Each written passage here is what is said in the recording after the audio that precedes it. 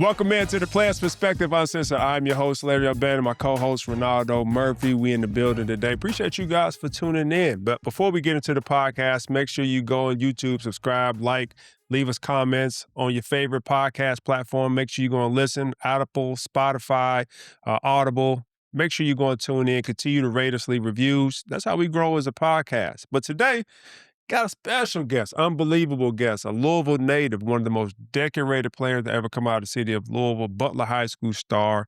If Miss Basketball could have been an award that was multiple years, she probably would have won Miss Basketball 2 years in a row. We got Vanderbilt signee, Louisville Cardinal. We got Tia Gibbs in the house. Tia, welcome to the podcast. Appreciate it. Thanks for having me. Man. Did I miss any accolades? You missed Murph on the dap there. I see. Appreciate it. I don't want to get called out on the video. Welcome to the podcast, man. Thank you. First thing we always ask our guests is like, who inspired you growing up? Who's somebody you want to look up to or you want to emulate when you were playing ball? Who was somebody that Tia Gibbs wanted to pattern her game or her life after?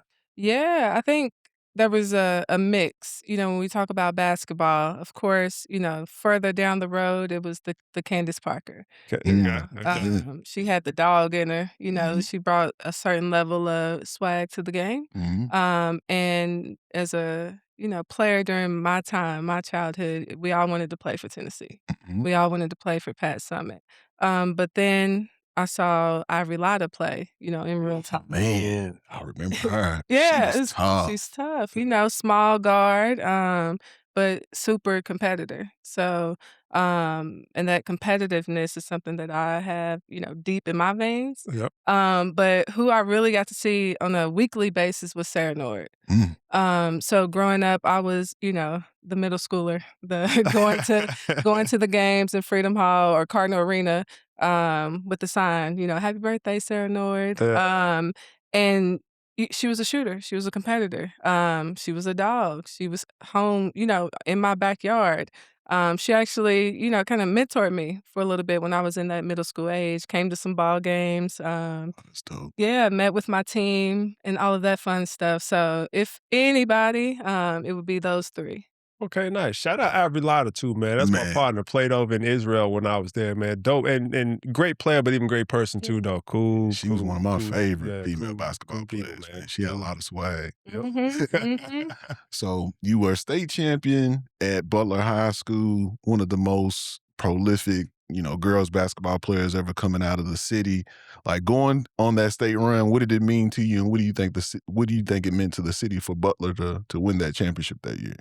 Yeah, I think, as a player, period, but especially as a young player, I didn't care about nothing but winning, right? You don't think about the impact. You don't think about anything but winning the game, winning that championship. So for me, I think it wasn't until I got older that I started to realize when Butler then won another one. We hadn't won a championship since the 80s. Wow. When we won it my senior year in 2008. So then we girls start wanting to come to Butler to play ball, right? So then we get the next class, and then the next class, and the Jalen Penns, Tasia Jeffries are coming through. Arion. There's a bunch of hoopers that are coming to Butler now to play ball and compete for championships. So then Butler goes on to win it again. I can't remember the year, but they won it back to back. So now we went from taking 30 plus years to win a championship, and now we're known to make it there and win continuously. So that run for me, I don't know if most people don't realize I didn't really play in the championship game. Oh. So Sweet 16, I don't know how it's structured now, but we make it to state on a game. First of all, in the regional tournament, we play against our rivals. Back then, it was true rivals, Iroquois and Butler, right? And Iroquois had dogs on their team, a team full of dogs, athletes, hoopers. You've got the Mathis sisters, Asia Nadia. Legends. You've coming behind French Fry, LaQuisha Warden at the point guard, and a host of other just hoopers on the team. We battled, and then we back and forth. In the season, we might play 4 times, and we're going 2-2. Right. That regional championship, we win on a game-winning putback. Oh, wow. Wow. get the rebound, put it back. We go into the state tournament. So now we're in state tournament, you know, rolling through the first couple of games. Semifinals, we're playing manual in the morning. You know, the structured morning game, semifinals, evening game, championship. Know all too well. I don't know how we did it back then, but so in that morning game, again, Manual, great team, another team full of dogs. I went for the ball. Me and the girl on Manual's team, we both go for the ball, heading out of bounds same time. Headbutt. Split me open, like straight down the middle of my forehead. Oh, man. And, you know, that 10 a.m. game. So, of course, coach, is you good? Yeah. They put liquid stitches on me on the bench, tossed me back out there. We win the game. Now we're going to the ship. Went back to the hotel, took a nap. You know, it's the worst thing to do when you have concussion. Yeah. At that time, we didn't realize it was, you know, concussion. Right. I'm a natural competitor, you know. It's championship. You know, we worked our whole career to get here. Nothing's gonna stop me. Don't take this nap, get up. And I don't remember much from that point. Wow. Really? Wow. Yeah. It's you know, it's kind of scary to think about. Yeah. But in that championship game, I still haven't watched it back. Played the first half. I know my point guard, Kara Powell, she's quiet, you know, not a vocal, you know, she's a lead by example, quiet. She said to me that she kind of came to me mid-game and just grabbed me by my chest and like shook me and was like, "What are you doing?" So I'm breaking layups, just throwing the ball all over the place, like I'm out of it. So halftime comes around and I had what they call seizure-like symptoms. So in the locker room at halftime, I'm shaking and doing all the things. And ended up leaving the championship game on a stretcher at halftime. Oh, man, Wow. that's tough. Yeah, that's tough. Yeah. So, and I had a young team behind me, you know, some freshmen that had to step up and play, freshman guards that, Heather, Megan, who really stepped up and, you know, balled when their numbers were called. Right. I, my godfather always says I was in the hospital room, you know, the doctors are like, "Do you know where you are?" I'm like, "I'm in my game. Like, what's the score?" What are we talking about? And then my godfather walks in and he's like, "What's up, champ?" And that's when I found out we won. You know, state championship. Yeah. Wow. That's bittersweet, man. Yeah, for sure. It is bittersweet, but it tells you that the Mamba mentality lives in you, though. Right. You out of it. Exactly. Like, talk to me, doc. Like, still won tournament MVP though, right? Yeah. Golly, that's man. Yeah. That speaks volumes, man, of not only the leadership that you set for those guys, for them to be able to pick up the slack when you went down, man. But if you hadn't been a good leader, if you hadn't set the tone by example, they wouldn't have known what to do when you went out, right? So that's a big kudos to you, man, for like the things that you did and setting the tone with that. So coming out of Butler, man, after being a state champ, being named Miss Basketball, you decided to choose Vanderbilt. What made you choose Vanderbilt? And if it wasn't Vanderbilt, where do you think you would have went to? Yeah. So you know that recruiting journey started pretty early. Yep. Through the AAU years, and for me, it was overwhelming. I don't know how kids do it now. You know, now coaches have so much access to it through social medias, and you know, it's just easier access. But it was overwhelming. You know, but and for me, like I said, I just want to compete. I just want to win. So going through the process, I was able to narrow it down to my top 3. It was Louisville. It's home, the home team. Vandy and Stanford. So Stanford's, this is when Candace Wiggins is there. She's about to, you know, graduate. So she graduated the year I would have, you know, right before I would have came in. Vandy had just won the SEC tournament. Stanford was competing for Final Fours and championships. And of course, at the time, Louisville was, you know, had just coached, even before, but when Coach Walz got there, the recruitment kept going, and that's when I put them in my top 3 to stay. So when it came to the decision, you know, tough decision, right? Life-changing decision. Yes, Louisville was home, you know, but with home, you also kind of want to get away and see what different looks like. And then I'm a mama's girl, a family, family girl at heart. So Stanford was just so far away. Yeah, it's too far. And one thing that I appreciate about my family, my mom, they never really gave me advice. So a lot of times with kids, they're getting pulled in one direction or the other. Like your mom wants you to go here for whatever reason. Dad wants you to go here. Your coaches want you to go here. Nobody, pressured me into anything. It was I'm begging my mom, "Mom, what do you think?" She's like, "You got to follow your, what you think is best, not what I think." So in deep down, I think Stanford at the time was, Tar Vanderveer, top-notch coach, but even better of a human. Right. So her and my mom spent a lot of time chit-chatting, talking during the recruiting process.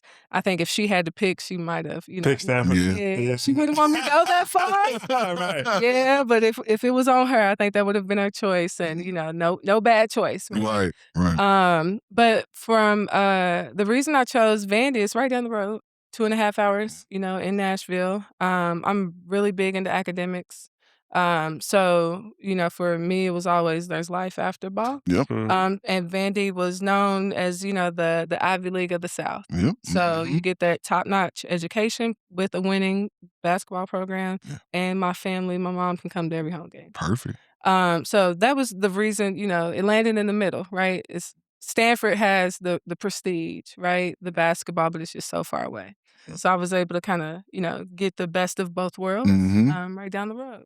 My family was the same way. Yeah. I was the youngest. I had 2 older sisters, both of them athletes. I had an older sister that went to Cincinnati, and even was coming upon my recruitment, and so I'm looking for guys because you have your own input, but it's kind of like your older siblings or your parents always say, "Wait, this is what you need to do." Right. And you're looking for that because this is like a major decision, like you said, and my parents are like, "No, what do you think? You got to make your own decision." I'm like, "I like all of them." I like all of them. And they're just like, "No," because it's ultimately it's a choice you've got to make because at the end of the day, it can't fall back on anybody else, right? You don't go someplace and it's like, well, I went here because you told me to go here. Like, no, you it's a choice. Yeah, it's going there because that's what you want. So I understand those some intimates, man. Like the same things that happened to me as well.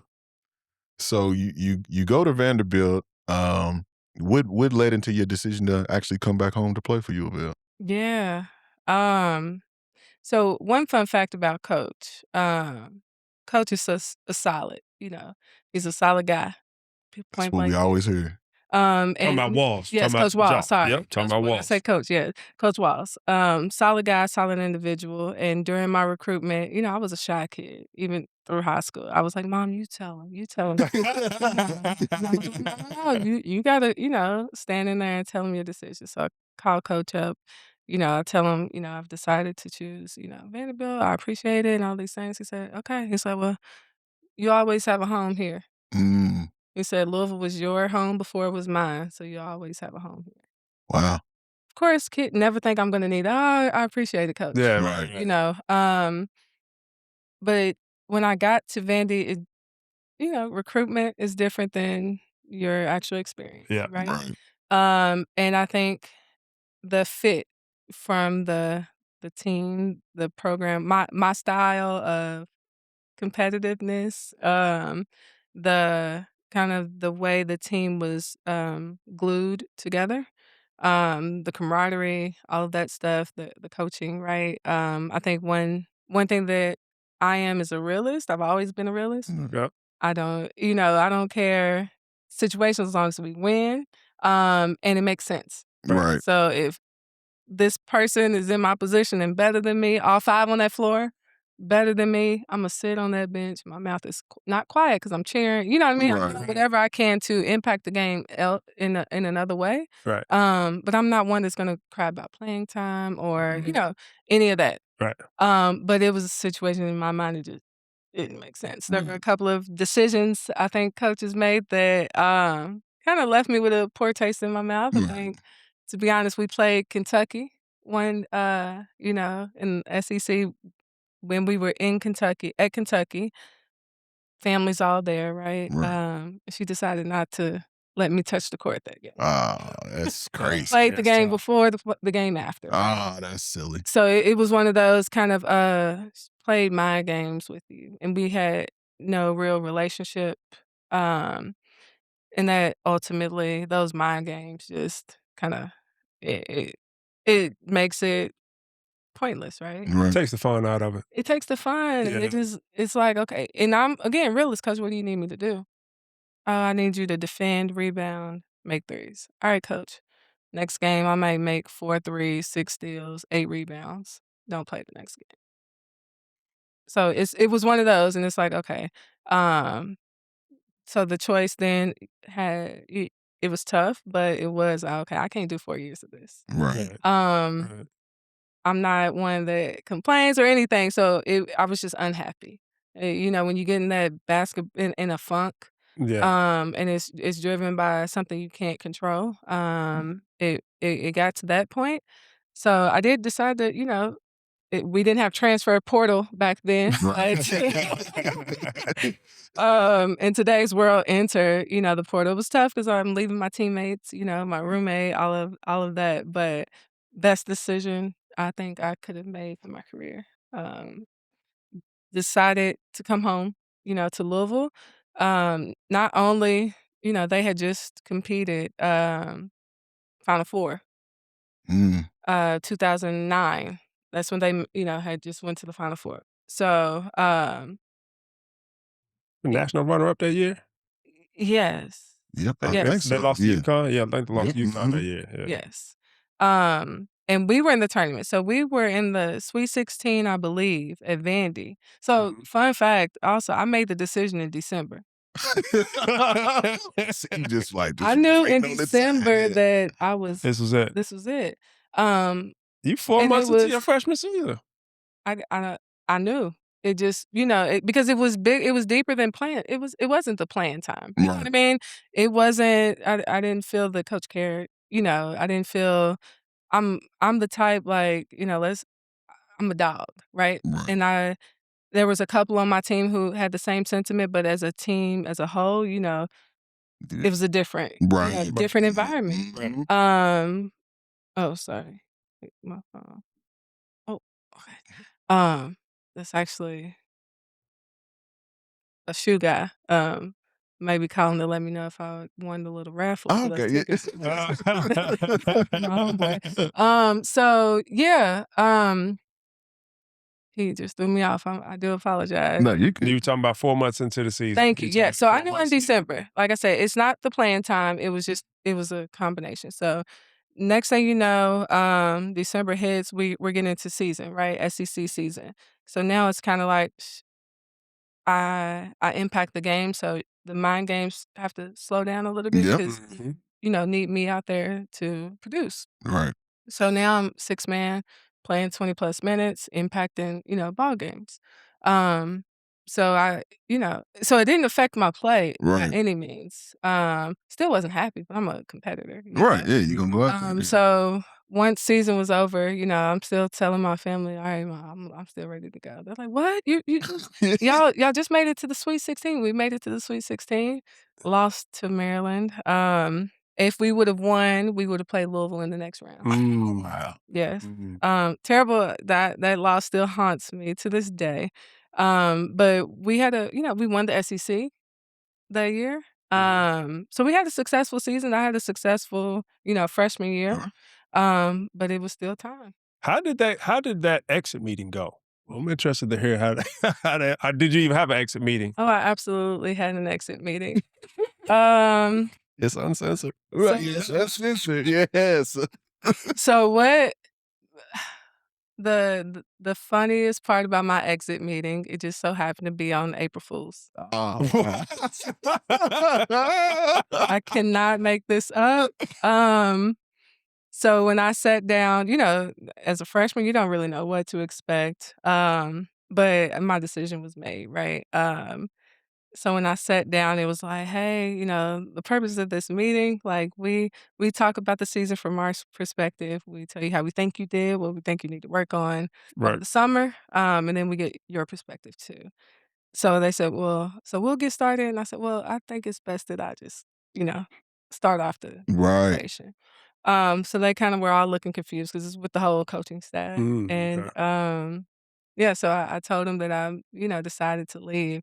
They kind of looked at me, looked around, and started laughing. Apparently, last year, one of my teammates said this as a joke on April Fool's Day. She went to the coaches and said she was transferring for the joke. So they thought it was another joke. They thought it was April Fool's. Yes, on April Fool's. So they quickly realized I was serious, and I think they weren't happy. They weren't, kind. It was kind of, as an 18, 19-year-old, it was disheartening, but it, just kind of made me know my decision was the right one. Yep. One comment that was made was, what do you think? You're going to go to Louisville and play? They don't need you. They already have a team.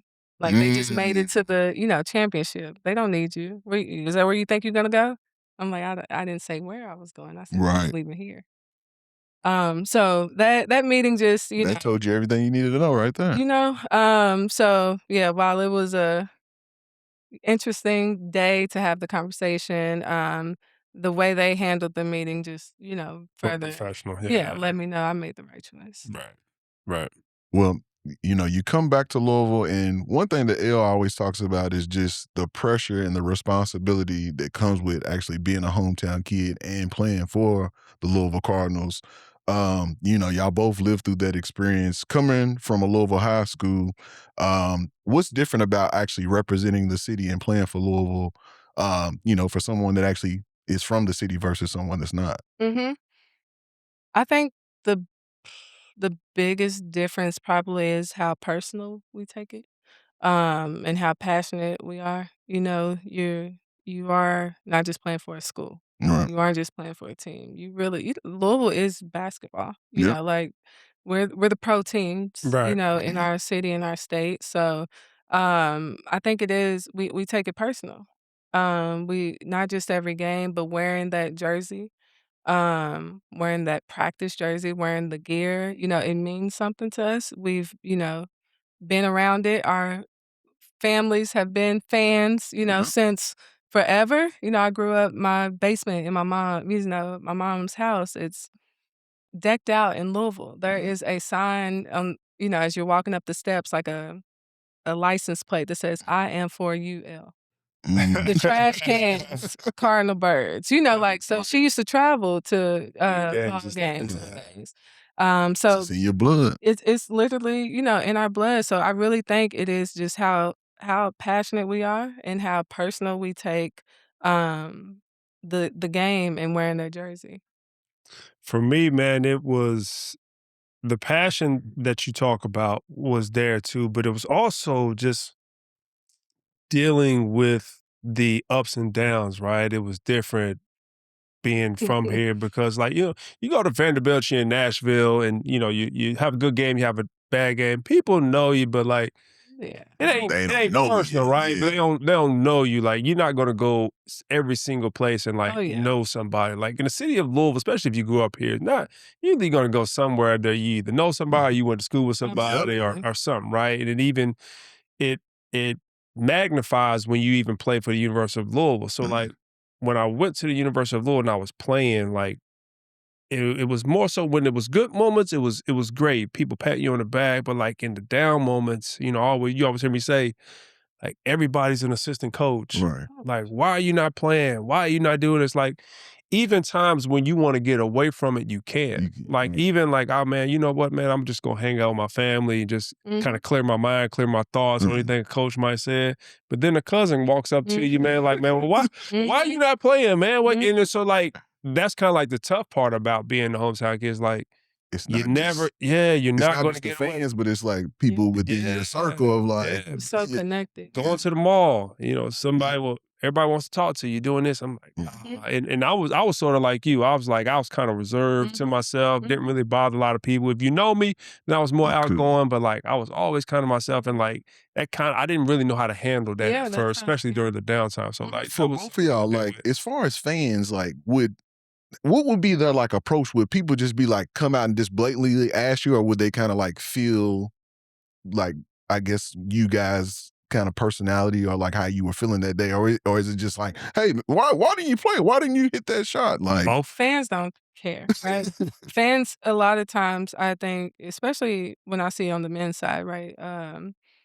Bigger fan base. Louisville, we have the best fans, huge fans. We sold out 22,000 in the Yum Center, right? But from a man's perspective, and men's basketball is even, heightened, and they sometimes don't see you as human. Right. Pros and cons, right? Yeah. But they don't think that your personality, or you might be having a bad day. Right. You just don't feel like talking, or any of that. So fans, and they feel entitled, right? Because they see you as human. They love you. They idolize you, and they do mean well most of the time. Right. They want to, and they want to show you love and support, but they don't know boundaries.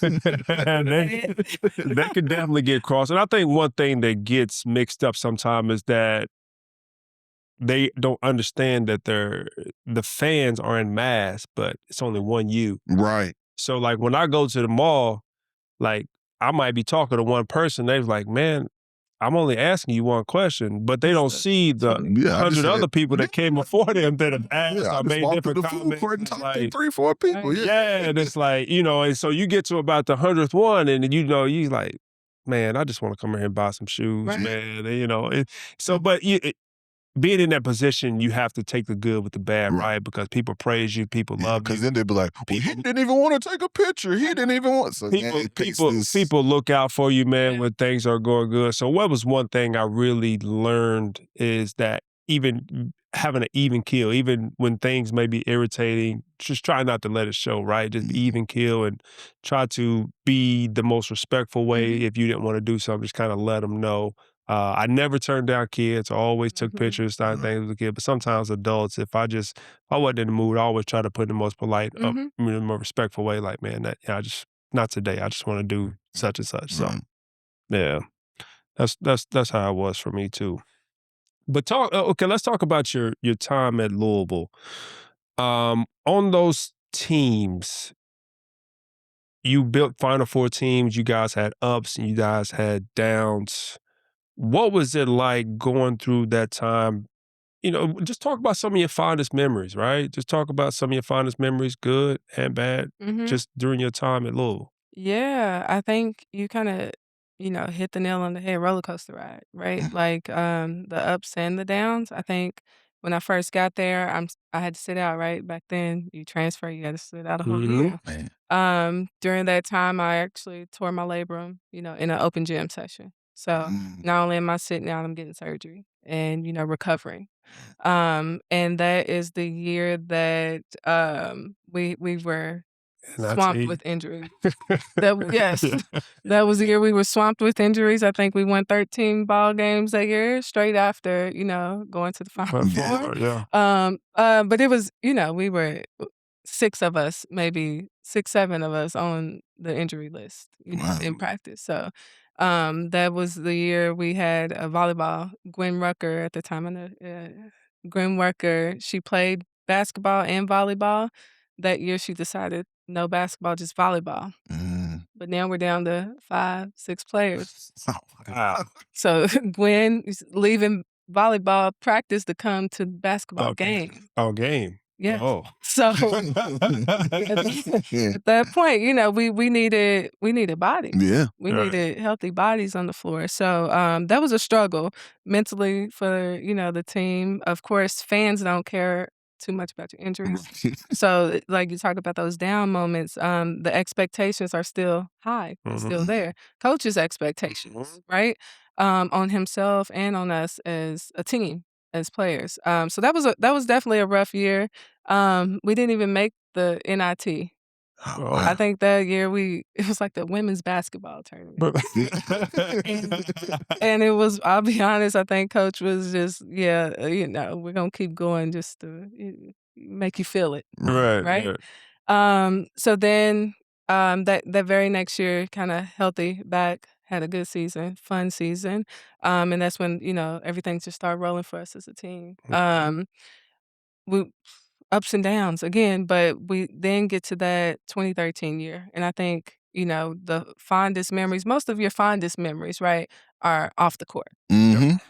With your team, right? We still laugh. My teammate Asia Taylor came in town a few months ago, and when I tell you we sat in my basement and talked like we were in the dorm till 5 o'clock in the morning. I'm like, hey Tay, I gotta work in the morning. But we were just catching up on the good old days, and none of those stories and things that we talked about were on court. It was all of the off-court moments. But of course, the on-court, I think about when we opened up the Yum Center.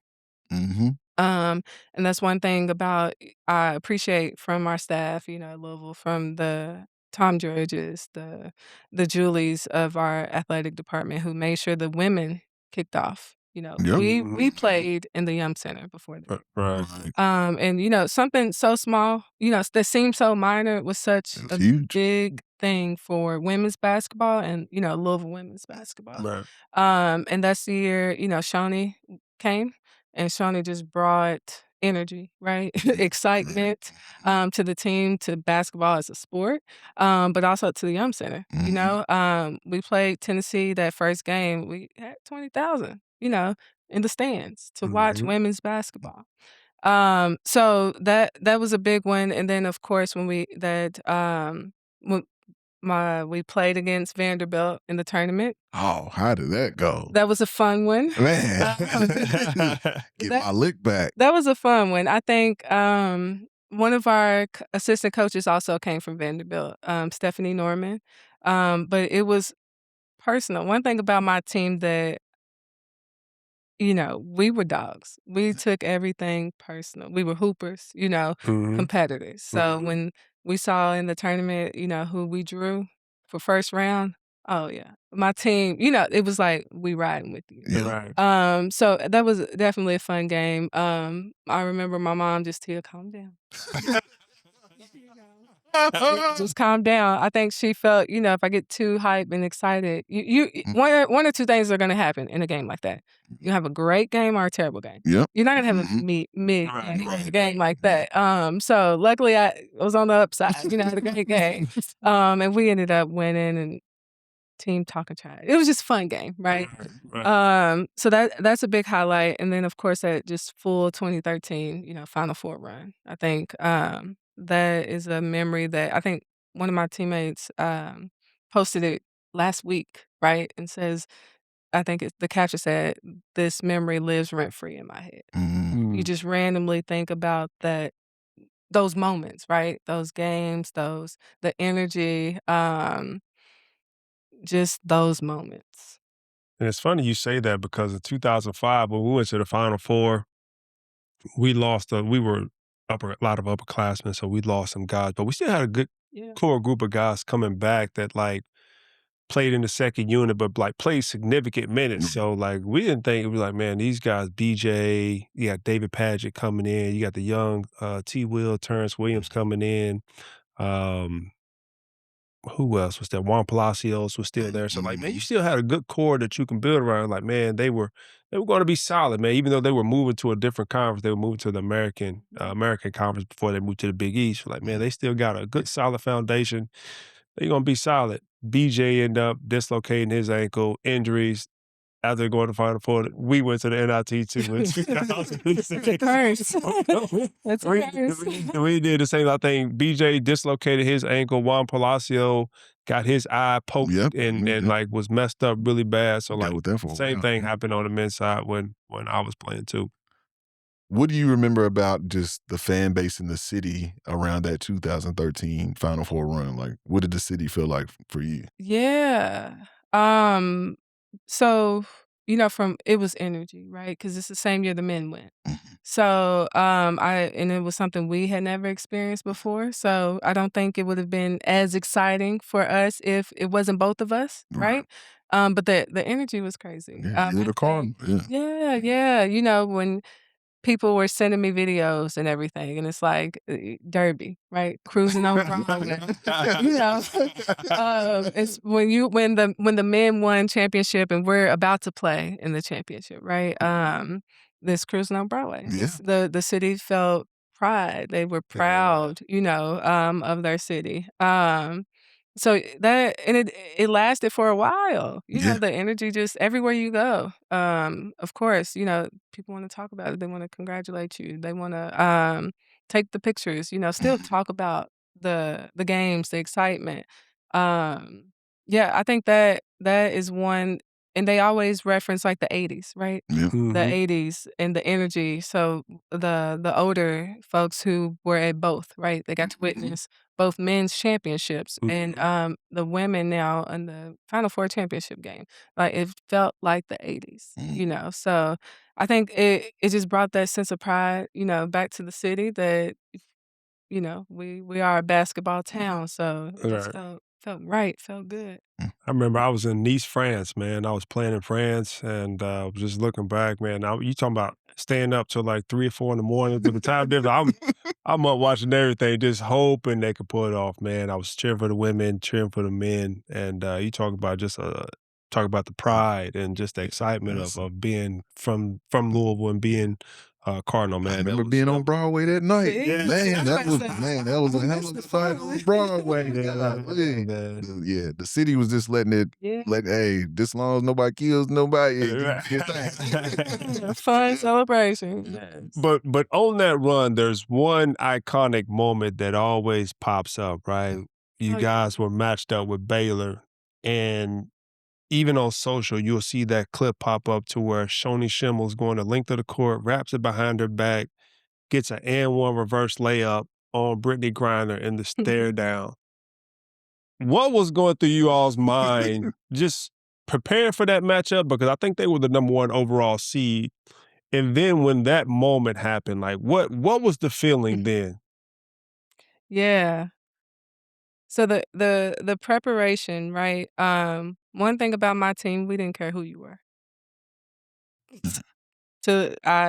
And I stand on that. I stand by that. I call my team today. We will step on that court today. Yeah. Moms and all.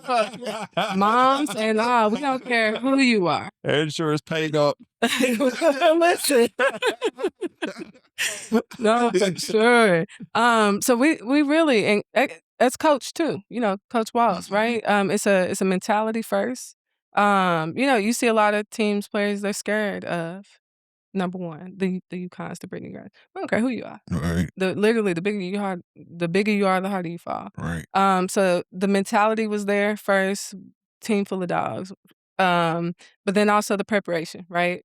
Coaching staff. From coach, we all know how strategic and how much of a basketball mastermind that he is, right?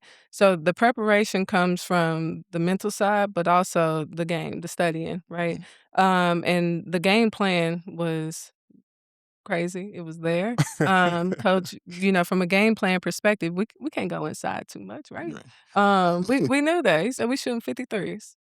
You know, we need to make almost 23s to win this ball game. We made 17. Man. So, and then another thing was we had to be physical, right? We watch film, we see tendencies, we see who likes contact, who don't. Yeah. So again, we don't care who you are. So we kind of took that approach to the game. It was, you know, we got to make shots. So leading up to the game, those practices and pregame shoot-arounds, we shooting threes. Everybody, post, 5. Catch a shoot. You know, half of practice is just letting that thing go. Right. So it brought that, you know, confidence. We believed in, you know, each other, and we believed in the plan. And when you have those two together, wow, you can do anything. So we stepped on that court knowing and thinking we were about to win that ball game. Probably the only ones in the country, right?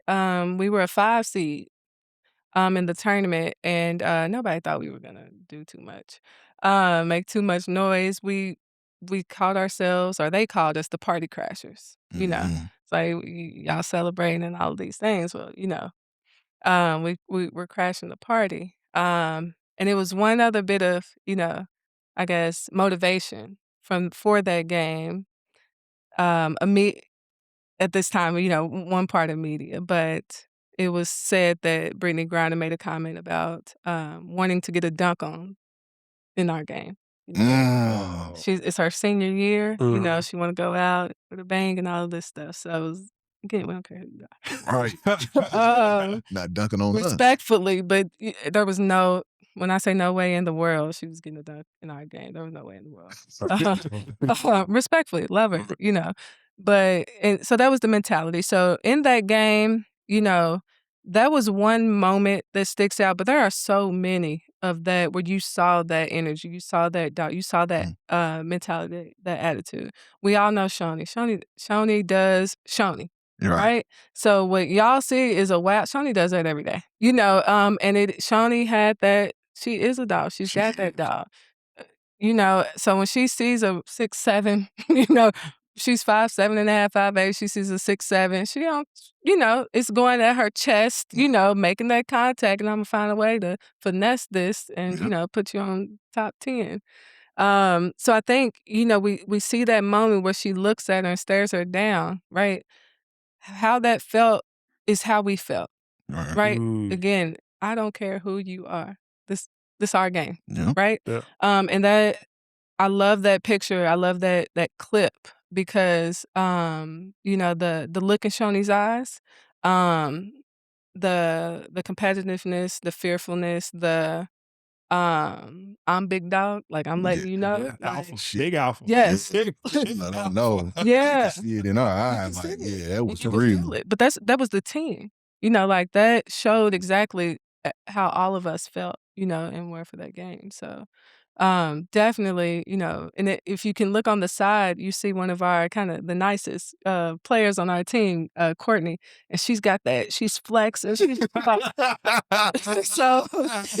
you know, Courtney's the sweetheart. You know, she doesn't, you know, curse or do anything, you know, in an aggressive way. So that just shows, you know, we were all in. Y'all done made Courtney toxic.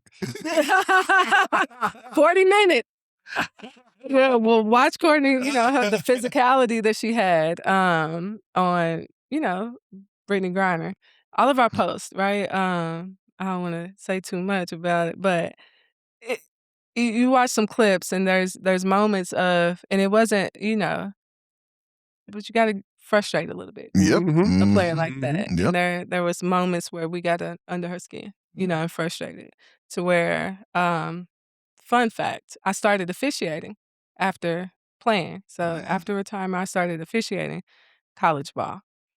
And I'm working with, under, you know, mentorship of Final Four officials. And they're like, do you realize we changed the way we officiate because of y'all?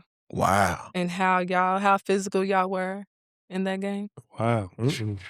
So, but you know how it is, right? They tell you the preseason, they tell you the points of emphasis, right? And then you can kind of see how they're gonna officiate the game. And any good coach, any good team is Final Four, right?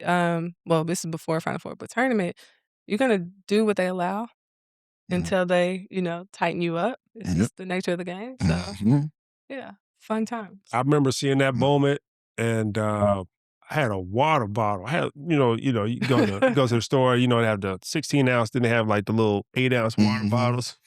So I remember, man, I was in Nice, France, and I was watching, and I just remember seeing that moment, and I'm drinking water, and I seen the and one, but when I seen the stare down, I mean, I took my water and stood up and chugged it against the wall. It just, the competitor in you, like, when you see that, man, like, relatability, like, man, yeah, that's again, being a dog right there, like, it kind of brought out me a little bit. I wasn't even playing. Right. I'm watching and then throwing my wall up against the wall, like, hell yeah. That's one of the best pitches in Louisville history. Yeah, for sure. Yeah, it is. Still get chills. Yep. Now, you talked about it a little bit there. Let's transition to Coach Walz and playing for Coach. You talked about his basketball mind and what it's like being in his huddles. What's it like playing for him overall? Big picture, your personal experience. What's it like playing for Jeff Walz? Yeah. One thing I'll start with, when I first got to campus, preface, I don't think I had much of a relationship, last school at Vanderbilt with the coaching staff. I joke, but I say I don't think they had my phone number. Oh, wow. It was like that, right? Wow. I get to Louisville. I'm on campus. Coach texts me, "Hey, what are you doing?" Nothing. Coach just got out of class. Summer. Just got out of class. All right, what you doing for lunch? Meet me at the side. He just wanted to have lunch with me, right? Nothing more, nothing less. Who wants to babysit my kids? So the team's at his house, right? What y'all doing Friday? I want to cook. So it was more like family. Family, yeah. That kind of. It means a lot. It makes a world of a difference, right? And then it's also, Coach is a demanding coach. He knows how to pull it out of you. But he's also that caring coach. It's hard to see in the 40 minutes of the ball game, right? You just see the amped up, competitor. He's a competitor. He's a competitor first. But he can get you to a point where you'll run through a wall. You might look at him like, "Coach, now you want me to do what?" All right, I'm run through, you want me to use my left shoulder or my right? Because I ain't using my head, Coach. But I got you. So he is that coach. Of course, smart and all the things, but I think he knows how to win. He knows how to bring something out of you that you didn't know that you had. Some players can't handle it. He's not a coach for everybody. He's demanding. He's tough. I know, similar to Rick Pitino, right? Sounds very similar. He's not the coach, right? Not the coach for everybody, but one thing I appreciated, he was honest. Yep. So, coming from a situation where there's no clarity, there's no understanding, we're not on the same page, right? You're going to know what's going on, in his mind. It's not I don't know why I'm not playing, for example. I don't know why I'm not playing. Oh, you know why you're not playing. Here, let me clip all of this out for you. You're turning the ball over. You're not, on defense. You're missing plays. You knew exactly the why, which for me made it easy to succeed. If I know what you want, I can handle that. Right. So he brought the joy back into basketball, for me. Him and, of course, my teammates. But he also, we had that environment where we wanted to hoop, and he also found a way to make the team stick together. I think some of that is strategic, me against you, to, bring y'all more together as a team. But definitely game changer of a coach. When I think about transferring, I know that I made the right decision. Right. In so many ways, we still have a good relationship, a connection. And yeah, just something I'm super thankful for. Like I said, he's more than a coach, more like family. Jeff is one of the dudes, man. Yeah. He's like, when you say just a dude, like he doesn't see himself as the head coach at the University of Louisville. I'm one of the guys. I'm a part of the team. He texts you all the time, "Coach, you want to go grab a beer, man?" And like, I've seen him out, a few times. "Hey, man, come on over and grab a beer." And I think what I really appreciate about Coach the most is that he's a fighter for his girls. Oh yeah. Like, even if he's got to fight the admin, if he's got to fight the media, if he's got to fight whoever, he's going to protect his girls or try to make sure that his girls have what they what they need in order to succeed. And that's one thing I really appreciate, because you talking about honesty and transparent. Like, Jeff's he's gonna let you know, no matter who it is, he's gonna give it to you, and he's gonna give it to you how it is, man. And if I had a daughter, that is somebody I would be happy to send my daughter to, because I know, guess what? He's going to look out for her best interest, but most of all, he's going to protect her. He's going to look out for her. He's not going to let nobody say anything bad about her. He's not gonna let anybody try to take advantage. He's gonna protect his girl. So that's one thing I really appreciate him, man. He really fights for his girls and the women on the basketball team. Yeah, and in so many ways, right? From a accessibility perspective, right? Equality perspective, we had just as much as the men, you know. But then also you said protecting in the media. I remember a situation where another coach, won't say, any names, but another coach made a comment about Shoni, but didn't put respect on her name, in the media. Mm. It was one of those situations where Shoni may have won an award that she thought her player should have won. Oh, wow. She didn't say Shoni, she said that other player. And coach but he does, take up for his players. When I Yeah. transferred, it was what he said to me, I saw your old coach. She didn't even ask how you were doing. You know what I mean? So it was like, yeah, like don't worry about it, Yep. So he has our back, has our best intentions are at heart. And yeah, I get emotional when I think about Coach. Yeah, man. For When you sure. like you said, when you got a coach that is tough Yeah. and push you to the brink during practice, during games, but at the end of the day, he's got your back and he cares for you. You do Yeah. anything in the world for him. Mhm. And it's gonna talk to you, it's gonna be honest and help you grow and mature into the young man or young woman that you need to be. Absolutely. Man, you do anything in the world for him. And that's what really creates the long lasting relationships Yep. long after you leave playing for him, man. So what's something fans wouldn't know about Coach Walz unless they played for him? Ooh. Well, I can tell you he doesn't stutter all the time like people always ask, Someone asked me like 2 weeks ago about it. I'm like, that is not, the real life. Something that I think we touched on a lot of it, just his soft side, right? I remember fans used to send him letters about um how much he yelled at us and all of these things. You know what I mean? That's what they see, right? But I think it is that soft side. He's a family man. He's got his, well, the ones who were, alive, who were born when I was a kid, they're adults now. It's hard, it's crazy. So he's got his crew, and I think that is really, ou- outside of basketball, basketball doesn't come first. A lot of coaches at that level, basketball somehow comes first, but coach, his family still comes first. His parent, they still come to the game. Just saw his mom at the Yum Center, this past season. Right. They travel, his daughters, his wife. So I think that family side is something, we talk about how down to earth he is, how caring, loving, and supportive. But he's such a family man. So I think that's really where you see his real heart, when he's around his now 2 small daughters. Do you think he's underappreciated nationally? Of course. You know, He's been at U of L 19 seasons, I believe. Yeah, 19 or 20. 19 or 20. Yeah. But it's very rare you see coaches in one place like that, man. Yeah. Like, just only thing that's invading him is just the national championship. That's the only thing. That's it. He's already a Hall of Famer, but Yeah. that's just the one cherry on That's the the cherry cake on that's top. just missing, man. But yeah. I think he's really underappreciated nationally. I mean, Yeah. I don't think he's mentioned with the Gino Oriemas He or should the be. Pat Summits just because he hasn't won a national championship. But when you talk about stripping accolades aside, like he's just as good a coach as anybody that's been in the women's sports, man, Absolutely. for me. Absolutely.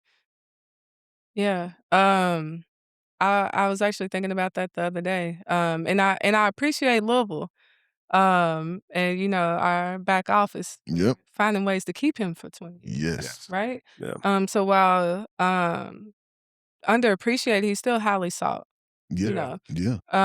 Every smart, school fan base in the country, when the opening comes, they want Coach. Recognize it. Yeah. Always. So I do appreciate, that he has stayed this long and that we've found a way to keep him, this long. But that he should be in the talks, no doubt about it. The way that mind works and the way that and you think about it, we're the the Genos, the Pats, they're top dogs when they're winning, right? Yeah. Right. They're going, UConn's going 100+ games without losing, right? Coach is doing this with the underdogs. Yes. He's doing this without the Maya Moore, the McDonald's. Yes, the Maya Moores, the Breonna Stewart's, the, Candace Parker's. He's doing what he's doing with, he's creating, Right. Doesn't necessarily have the 5 stars that, Yeah. yeah. And because everybody, all the 5 stars are going, to those spots. He's to the building bigger that. brands, Yeah. Gotcha. You talked about it earlier in the conversation. You talked about getting into officiating and with your post play. How has retirement been for you emotionally? Talk about some of the good parts. Talk about some of the tough parts, if there have been any. How's it been for you since retirement? Yeah. I think honestly, that first year was a struggle. It's like, what do I do now? Right. I've never had free time. I think as, athletes, it's just like we are uncomfortable with free time. It's like I don't know what to do. It's like yeah, that really bothered me. If it was almost like I did not feel productive or it wasn't the outside not seeing me as value, but I put that on myself. Right. If I'm not doing something, at all times, I'm not reaching my potential or, being productive. So it was culture shock, right? I played a season overseas after injuries. So I barely made it through last year of, college ball to the point during season, so conference season and postseason, I'm not practicing. I'm not lifting. I'm not doing conditioning. Just because of your hip injury? 'Cause of the hip injury. Yes. So coach is like, I need you to play, not practice. Right. So I'm doing, while they lifting weights, I'm doing conditioning. I turn the ball over, my team has to run. I'm doing a wall sit. Right. So I was in, I had 6 years. So my body was also a couple years older. Right. So, even making that decision to go overseas was like just something that I had to do. I didn't think I wanted to until I had a week off. Postseason happened. I had 1 week off. And then I went to coach. I was like, I can't do this. I gotta go. Yeah. He's like, are you crazy? But he found me a spot. And that initial little real retirement, it kind of settled in. I will say though, what we talked about earlier, I knew there was going to be life after basketball. So I got my MBA before I went overseas to play. So, I try to preach this to the younger players, think about what that could look like and be prepared because you're an injury away. Yeah. So yeah, it was a struggle, that free time. So when I think about, the didn't see many pros, right? The cons is not having that tight schedule, not having my teammates, not having that competitive outlet. And I guess the pros are just family, being able to sit down and have more time with them. Sit back, relax a little bit, even though uncomfortable, I needed to. Right. So yeah, and yeah, it didn't last long. Like I said, I picked up a whistle to get back on the court. So I think for me, retirement was a little different. yeah. Obviously I got a chance to pursue a professional youth career playing in Europe for 15 years. And I knew that last year, like I could have played a couple of more years physically. My body was Right. still in pretty decent shape, but I knew that last year that was probably Yeah. it for me because I was over there by myself. I wasn't married, didn't have kids. And so I'd done 15 years by myself in Europe. And, I just was getting to the point where I was starting to think about other things. And if you're going to be that far away from your family, like you got to be all the way dialed in on what you're doing. And like, I just started thinking about the next chapter and practice was starting to irritate me. I'm like, I don't feel like doing all these practices. Like I love competing and playing in the games, but like practice, I'm like, man, I don't feel like going to practice today, man. And like, little signs started to creep in like, yeah, it's probably time to do something else, man. You feel it this way. And I said, man, you've been able to play and, by the blessings, God, no major injuries, had a, scope one time on my ankle, but no major injuries. Let's walk away, man. And when I retired, it was almost kind of like a relief. Yeah. And it was almost like, man, like I could just sit and relax. I don't want to say I had grown tired of being a basketball player, but I just kind of wanted to be a regular guy in society. Do something new, Yeah, I just wanted to be a guy. Yeah. That was it, man. I always knew that people were going to recognize me for playing basketball, but I just wanted to come home and see my family. I've been gone away from them for almost 20 years, and I just wanted to relax and just spend time with them, man, and just be a guy, man. So it was almost, it's kind of a relief for me. People always ask me, do you miss playing? I'm like, I do not. Yeah. I do not. Yeah. Like I would walk in the gym and I'd walk right past the basketball. People try to kick the ball over to me. You got it. Leave it up to the boys. Yeah. So once I had 2 boys and they're come to the age where they starting to understand that I played and things like that, you take them to the games, and so they're starting to, have inspiration. Their creative minds are starting to wander, man. And so there's like, well, we didn't get to see you play. And it's like, oh, man. So then I had to spend a whole year fighting through injuries, pulling hamstrings, pulling everything to get back in shape and just play just for them. That was my inspiration now. I've been playing for about a year, and like, if it wasn't for them, like I still don't have a desire to play, but like watching them interact and watch, like it kind of gives me that motivation. Like, all right, let's get out here and shoot a few jump shots, play a little bit, and just to inspire them more than anything, right? Because like my competitive edge is kind of in something else. It's not in athletics anymore, but I play just to be an inspiration to them. Yeah, when's the last time you picked up a ball? So I've got a 6-year-old too. So 6-year-old son. So probably yesterday. He's getting his shot. He's Mom. Let's go. Let's go play ball. So we in the driveway just getting shots up. I played in the league probably a couple months ago. Sarah Nord hosts a league playing with Giovanna, Larry's cousin.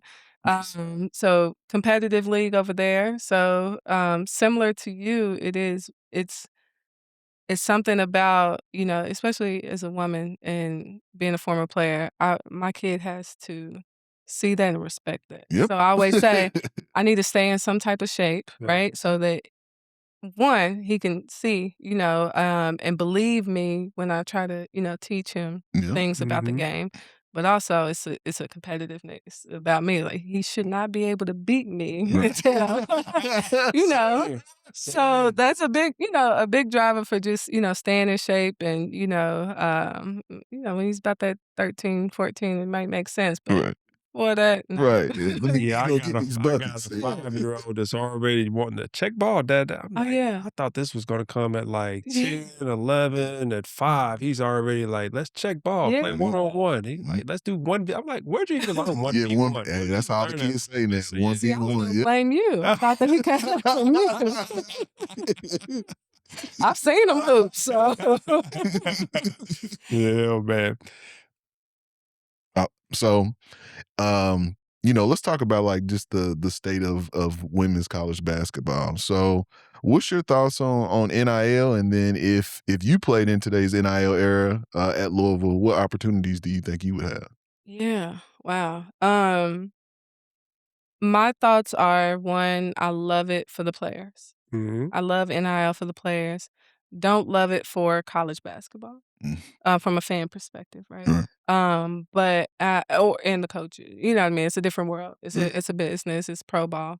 But for the players, I absolutely love it. They deserve it. I think it brings a different aspect to the game with brand deals and it puts more eyes on the game too. And I'm specifically speaking for women's basketball, right?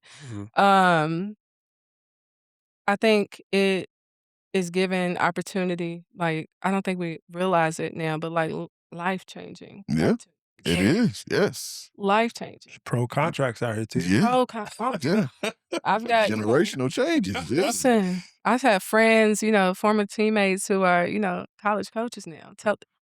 sharing numbers. What about these kids how asking much for? Man. do what? Yeah. And then I go look at a game of practice, they missing layups. It's like, oh my gosh. But respect it, I'm very glad for the players. Hate how it's changing the game. I know it's frustrating for coaches. I can't imagine, being coach. I can't imagine the locker rooms and some. That's my thing, the camaraderie. Yeah. It's a lot to handle. Yeah. You can, when you think about it, right? It's no longer, it's not as, I can't imagine. Let me just start there. This last shot, right? Do I take it? Because if I make it, a check's gonna roll in. Yeah.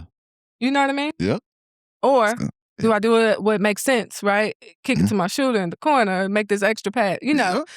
So I can't imagine as a player dealing with things like that.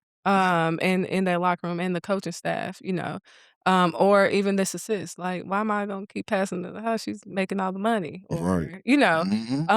So yeah, I think there's, a lot that comes with it that we probably aren't, privy to because we're not in that locker room. Right. But what it's doing for the players, lives, their families' lives. I think I love it. I wish they would be a little tighter with the money, from what I see, right?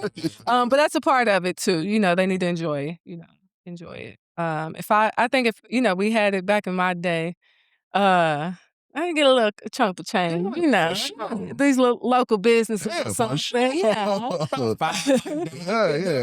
too much. Let me get that half a meal, Mid cap, that ain't too much. No, you got it, coach. 500,000. That's just At 19. It's just in the middle of the pack. Yes. But just think about, like, okay, if I'm a coach and I got a player, he's making, $1 million a year, player might be pulling up in a brand new Benz just like the coach is pulling up in a brand new Benz. Like, how does that affect that player's just way of thinking and mental health of, like, the players are making more than the coaches. Yeah.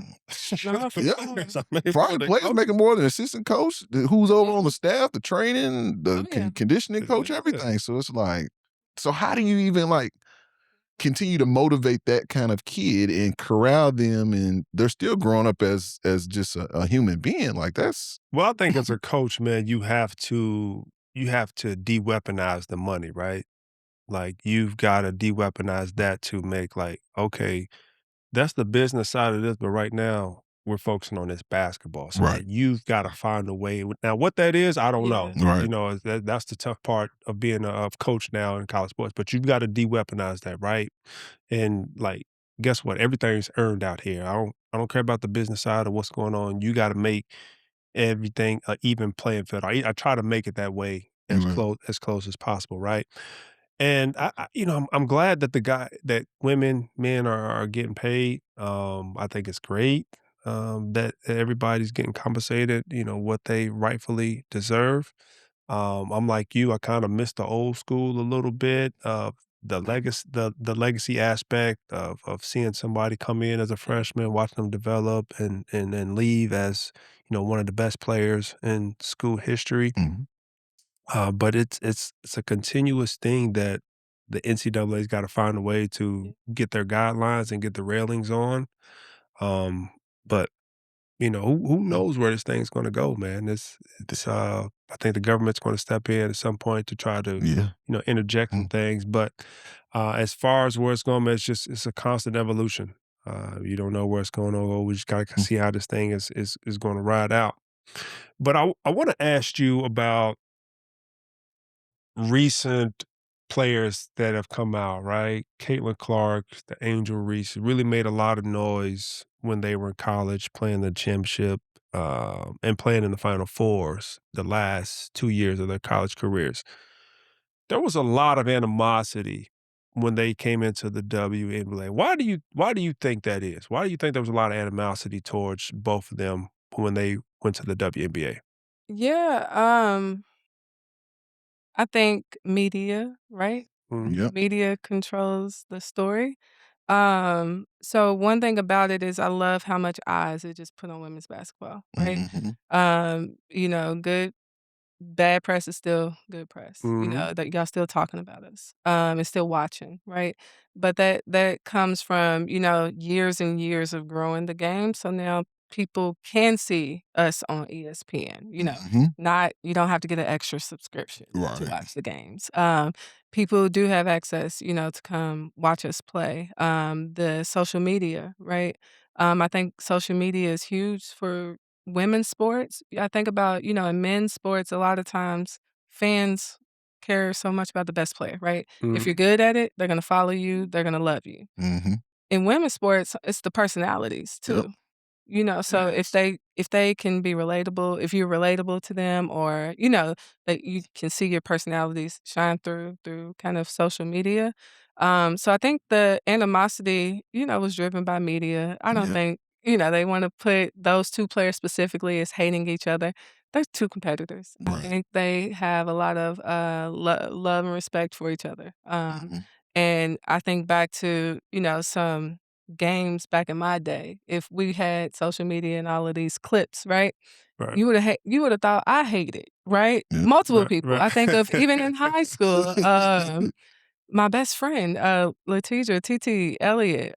We best friends in high school. I clotheslined her at half court. You know, you clip that, oh, we hate each other. You know, so I think that the animosity is driven by media, and then somehow, right, social media. Everyone has a voice. Everybody has an opinion. And it kind of snowballs, right? And that situation, unfortunately, you know, also became very racial. It just became a negative story about you know, something that wasn't that.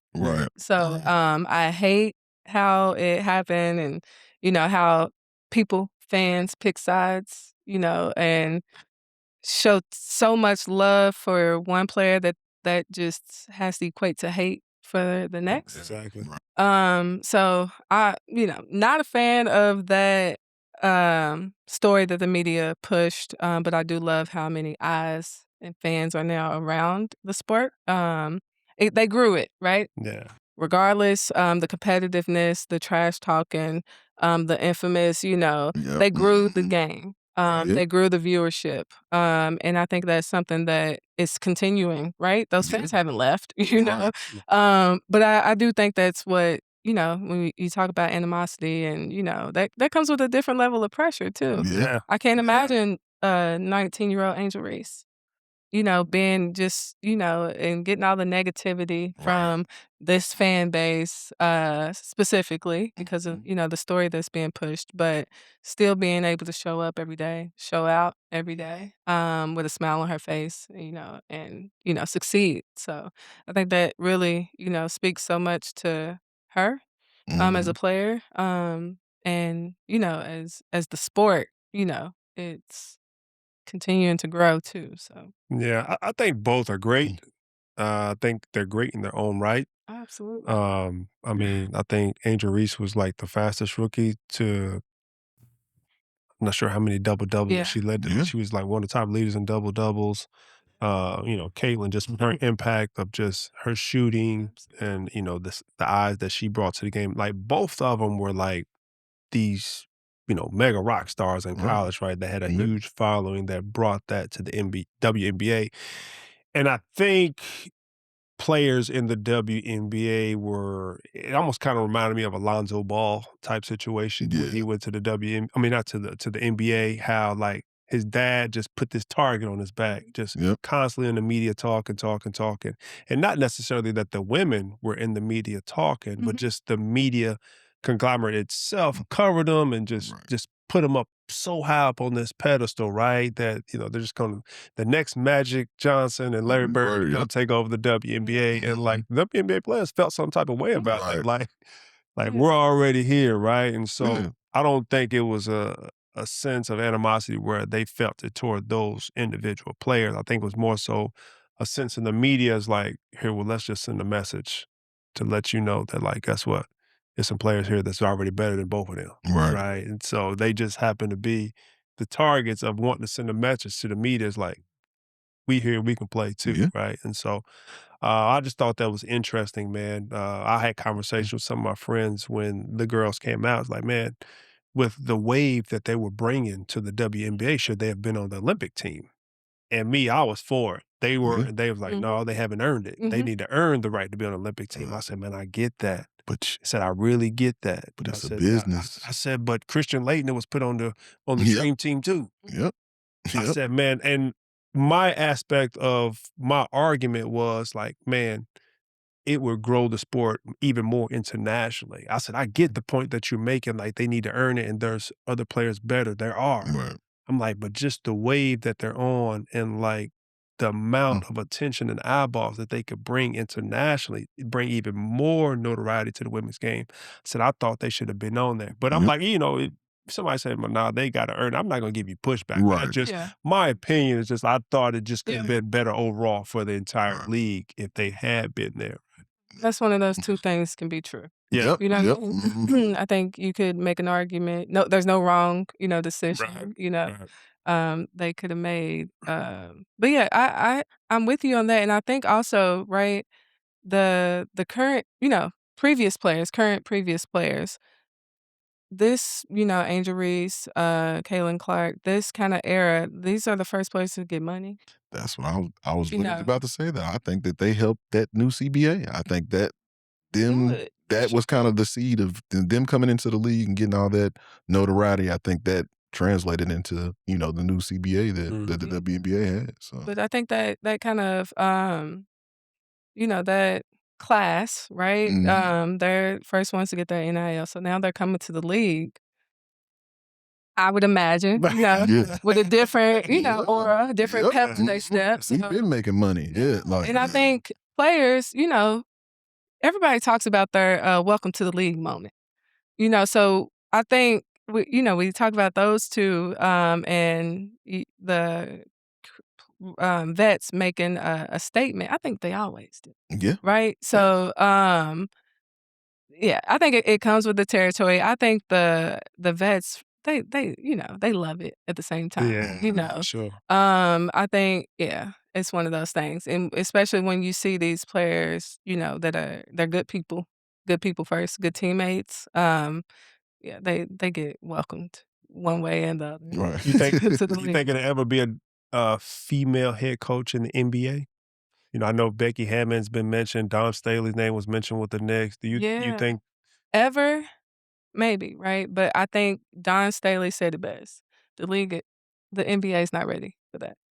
Right. We see it in other positions, right? You've got NFL? Yes. MLB. And you've got, assistant coaches, of course. You've got women officials on the court now, training staff, strength and conditioning, right? You're seeing it around, so the value is there. Yep. Right? But we all know the league, right? It's not always pretty. Right. So to put a woman in that league, are we really gonna set her up to succeed? Right. That's the thing. Media will build that narrative to tear that coach down. For sure. She needs a different set of, resources, and boundaries and, support around her, whichever woman. I always think about Dawn, because she's been recently in the talks. But to be successful, it has to be set up for them to be successful. And any smart coach even if offered, won't accept that position until she's set up to succeed. So. Yeah. I think in order, and speaking on that, I think in order for a woman to be successful in that position, I think she has to be put in with a young team. Yeah. I don't think you can let's not put meet her expectations. in with, established stars and older veterans. I think you have to get her young team that she can really put her claws into, put her imprint, put her staple on that culture and let people grow. Because keeping it all the way a buck, I just think the respect factor is not going to be there with older men. Right. But I think if you get young guys that you can draft and they have no choice but to garner that respect from a coach, I think in a position like that, I think you could put a female into a head coach position to where she sees. That's still going to be tough. It's going to be tough. But for me, I think that is the best case scenario when you can get her in when everybody's young and they can grow with her, right? And then that trust and that respect is garnered and mutual amongst each other. And I think that's the best way to put them in position to succeed. Yeah. And I think too it's more than, the players. Mm-hmm. It's all staff, Yep. fans, partnerships. Front office, yeah. Yeah. Everybody that make in the ecosystem that makes the team, successful. True. So yeah, I think from what I see, in the league, it ain't too many men coaches who get respect. Right. Facts. From these players. Yeah. So That's the truth. yeah, we know women are qualified, right? They know the game. They, know how to coach. They know how to lead. They know how to grow the game. I think it's really just how the system's built. Who's the Mount Rushmore of women's basketball? How many's on Mount Rushmore? 4. 4. You can go old school, new school. So we talking players? Players. Or impact? Oh, okay. Or however you want. What your Player reference? You impact, could be yeah. your Player? preference, Okay. impact, performance, Yeah. whatever you want. I've got. So Yeah, it's tough. That's tough. try to go, forward. I'm gonna have a Cheryl Swoops. Gotta have Cheryl on. That 22 Comets jersey. She had the Nike deal. I had the little patent leather kicks back in the day. And they started the WNBA, right? Went on that long run with Cynthia Cooper, Tina Thompson, Kim Hampton too. Iroquois graduate. Yeah. We love Kim Hampton. Yeah. So Kim Hampton was a family friend. So she would send me little Liberty care packages and everything when I was a kid. So absolutely shout out to her. I've got for sure Candace Parker. Candace Parker, yeah. Mm-hmm. Maya Moore. Gotta have Maya Moore. Played against her. My team, we would, everybody shoot Kobe. We're playing against her in this time. We're still shooting Maya, and that's and this is a prideful team, but Maya Moore is just that player. And then the last one, that's tough. Got Lisa Leslie, you got Breonna Stewart, you got Sue Bird, Diana Taurasi, you got Asia Wilson. You got Cheryl Miller. Asia will be on there, but for today, I think I love me some DT. Yeah. I love me some DT. Yeah. She's one of them ones. Yeah. I think in that last spot, I might have to put DT. Diana Taurasi? Yes. No Asia Wilson? She's gonna be. No, for sure. Yeah. Oh yeah, and she's a soarer. Yeah. Absolutely. So you named your Mount Rushmore. Who would you say are your top 5 female basketball players from Louisville, from the Louisville Cardinals of all time?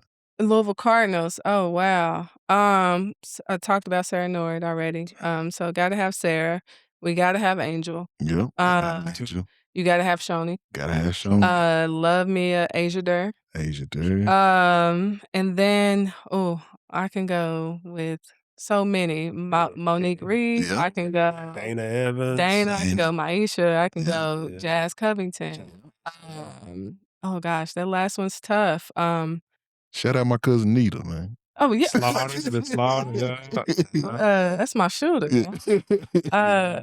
Yeah, I love me some Nita. So yeah, that one's tough.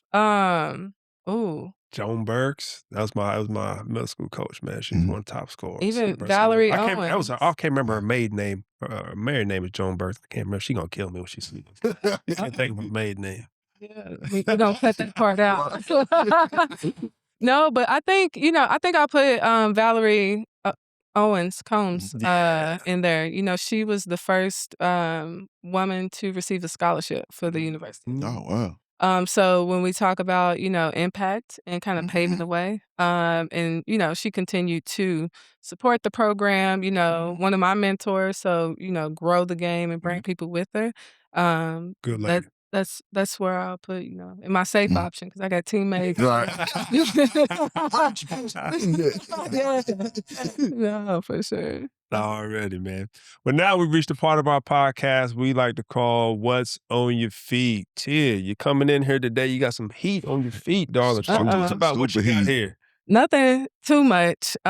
So I used to be, I'm a former sneakerhead, I guess, before sneakerhead was a thing. You know, I just love sneakers. I love shoes.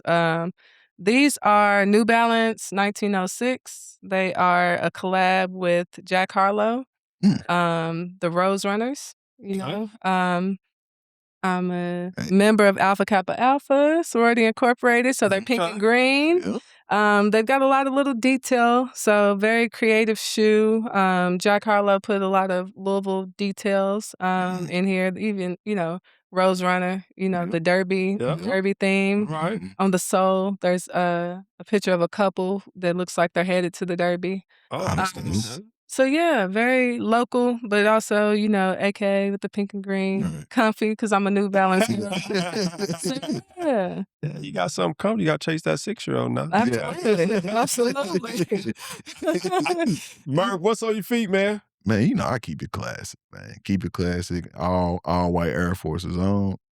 I'm a former sneakerhead, have worked at various shoe stores. So I mean, now that I'm a part of this podcast, it's kind of like giving me that motivation again. It's kind of getting me back into it. So it's like my son was like, "Dad, like you always rock Air Forces on the show. Like you gotta get back into the game. You gotta switch it up." So I was like, "Son, I'm gonna do it for you. I'm gonna get back into the game." So we're gonna call them your Dr. Dre's. My Dr. Dre. Like I said, I'm probably all black and forces every day. Like I normally don't change it up. All black with white forces. All right. What you got? I got low 11s today, man. You know, it's probably, I think he was voted like the best Jordan of all time, the mid-top patent leathers, man. Best shoe of all time. Yeah, rocking the 11. I'm gonna push back though. I'm gonna say the threes. Threes are my personal favorite, but if you just talking about just innovation, impact, cultural, just changing the whole sneaker game, like, I mean, I remember when those first came, well, maybe the second run they came out, like just standing in line at St. Matthew's Mall, just, you know, breads, that whole era, like, You can wear them tuxedo, casual, whatever situation calls for it, you can rock them. I kind of like the lows versus the mids on those. Yeah, I'm a low top. As I got older, man. That's what it is. You get older. I'm a low top guy, man. I'm not, this is kind of, I'm like you, like I become a dad. Like, man, I'm a Crocs guy now. Crocs. And something that's easy by the door to throw. But, you know, the podcast is kind of giving me reason to go into my past to the box and just start throwing on my shoes, man. I need to wear them anyway. A lot of them are dead stock, but to give me a reason, man, to come out and wear my new shoes, man. But now we've reached a part of the podcast we call our barrel-proof segment of rapid-fire questions. Tia, we're going to shoot you these questions. Don't give it a whole lot of thought. Just give us your first answer. We're going to roll with it. Alrighty. Toughest player you ever had to guard? Maya Moore. Yeah. That's too easy. Yeah, mine was Dwayne Wade. Yeah. Who would you say is the best trash talker you played against? Oh. I don't even know. Or were you a trash talker? I was about to say, played against, I don't know. Shawnee, I'm going to say Shawnee. You know, you know, even if we talk about practice, you know, but games and everything, I think, she backed it up. But yeah, she's going to talk the talk. Can't think of a competitor because I probably ain't make too much noise. Right. Funniest teammate you ever played with? That's a toss between Monique Reed and Asia Taylor. Yeah. Both of them just natural comedy. To this day, you think they would grow up, but they don't. So both of them, you can put them in a stand-up competition and they go into the wire. Favorite club you used to go to when you were in Louisville? What was your favorite club that you used to go out to? I don't even know. I wasn't. No? I'm a good girl. I don't remember names. How about that?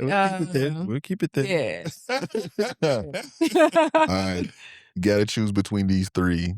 Indy's Chicken King or King's Chicken? Kings for sure. The honey barbecue. For sure. Okay. Which Kings though? The one in the hood on 18th, headed towards Cali Park. Yeah. Okay. Make sure you was talking. Might be on 22nd Street. We call this question franchise, sign, or wave. So you're gonna give you 3 players. You got to franchise the person that you're gonna build your team around. Okay. You got to sign the person that you're gonna keep on the team, but you got to waive the third person. Got it. Got 3 players, keep 2, waive the third. Nafisha Collier, Brianna Stewart, and Alyssa Thomas. Ooh. Brianna Stewart, Alyssa Thomas, Nafisha Collier. Who you franchising? Who you signing, and who you waiving? I gotta let Alyssa Thomas go. She ended my college career. We had good battles back in the day. We had some good battles in the day. But she's a dog. I have nothing, strong dog. But it's still some, bad. So she gotta go. She gotta go. She gotta go. And I'm a franchise Stewie, sign the future. Nice. Finish this sentence. The next step in women's sports is? Ooh. The next step in women's sports is here. I think, the women have been doing what they do, so they are pushing the game, they've been pushing the game, pushing the boundaries of the game. The fans are just catching up. So I think, the next step, we're here, we're there. They'll continue to, grow the game, grow the viewership, grow the support, and then, be able to grow it financially, for them as well. So looking back, you told us, your inspiration at the beginning of the conversation about why you actually started hooping. If you could go back to tell your younger self one thing, what would it be? Ooh. If I could tell my younger self one thing, it would I think I